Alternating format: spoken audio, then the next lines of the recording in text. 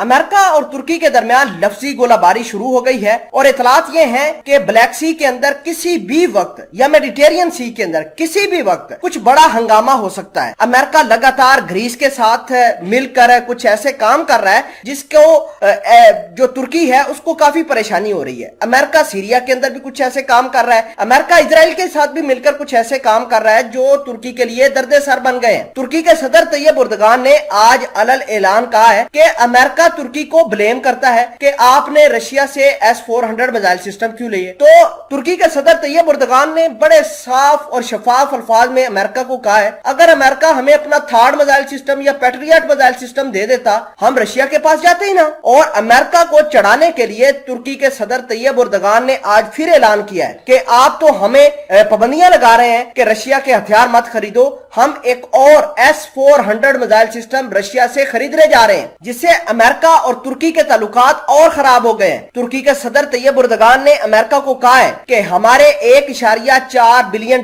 जो हमने आपको F-35 जहाजों की परचेज के लिए दिए थे वो भी वापस करो, क्योंकि अमेरिका ने F-35 जहाज का जो कॉन्ट्रैक्ट है वही कैंसिल कर दिया था। तुर्की काफी भड़का हुआ है। तुर्की अमेरिका की हरकतें देख के जो आजकल बखलाया हुआ है वो देखकर काफी परेशान है और हो सकता है कि ब्लैक सी के अंदर, मेडिटेरियन सी के अंदर, सीरिया के अंदर, लीबिया के अंदर, इराक के अंदर तुर्की और अमेरिका कहीं भी भिड़ सकते हैं। मामलात क्या हैं, तमाम तर चीजें आज की इस वीडियो में आसान अल्फाज में आप तक पहुंचाए जाएंगे। छोटी सी गुजारिश है कि आप हमारा यूट्यूब चैनल हसनात टीवी को सब्सक्राइब करके पास मौजूद घंटी के निशान को दबा दें ताकि हर लेटेस्ट न्यूज आप तक बर वक्त पहुंचती रहे। सबसे पहले मैं आपको यह बताना चाहता हूं कि तुर्की को एक टास्क दिया गया था जब अमेरिका अगस्त के महीने में ये छोड़ रहा था अफगानिस्तान। तो हुआ कुछ यूं कि तुर्की को टास्क ये था कि वो काबुल एयरपोर्ट की सिक्योरिटी संभालेंगे। तुर्की ने कहा ठीक है, अमेरिका के साथ अगर ऐसे ताल्लुकात बहाल होते हैं तो तुर्की काबुल एयरपोर्ट की सिक्योरिटी संभाल लेगा। लेकिन तालिबानों ने कहा कि तुर्की वाले जनाब हमारे साथ ताल्लुकात मत खराब करें, आप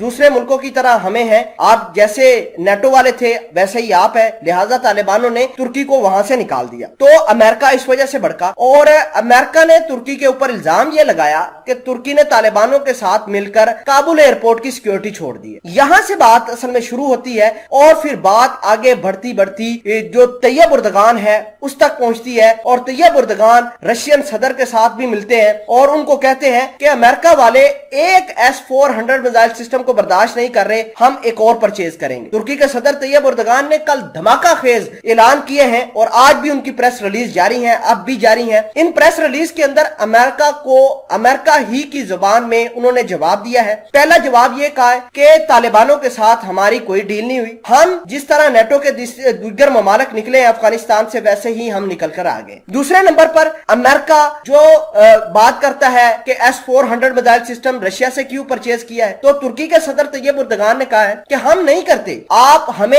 S-400 मिसाइल सिस्टम के अल्टरनेटिव थर्ड मिसाइल सिस्टम अपना दे देते या पैट्रियट मिसाइल सिस्टम दे देते, हम जाते ही ना रशिया के पास। दूसरे नंबर पर बात यह है कि तुर्की ने कहा है कि अब हम $1.4 बिलियन जो अमेरिका को दिए हैं F-35 जहाजों की परचेज करने के लिए, जो कि अमेरिका के सदर डोनाल्ड ट्रंप ने उस वक्त ये डील कैंसिल कर दी थी, वो तुर्की जो है अब $1.4 बिलियन वापस लेने की बात कर रहा है। अगर नहीं देंगे तो तुर्की इनको मुख्तलिफ जगहों पर मुख्तलिफ फोरम के ऊपर घसीटेगा।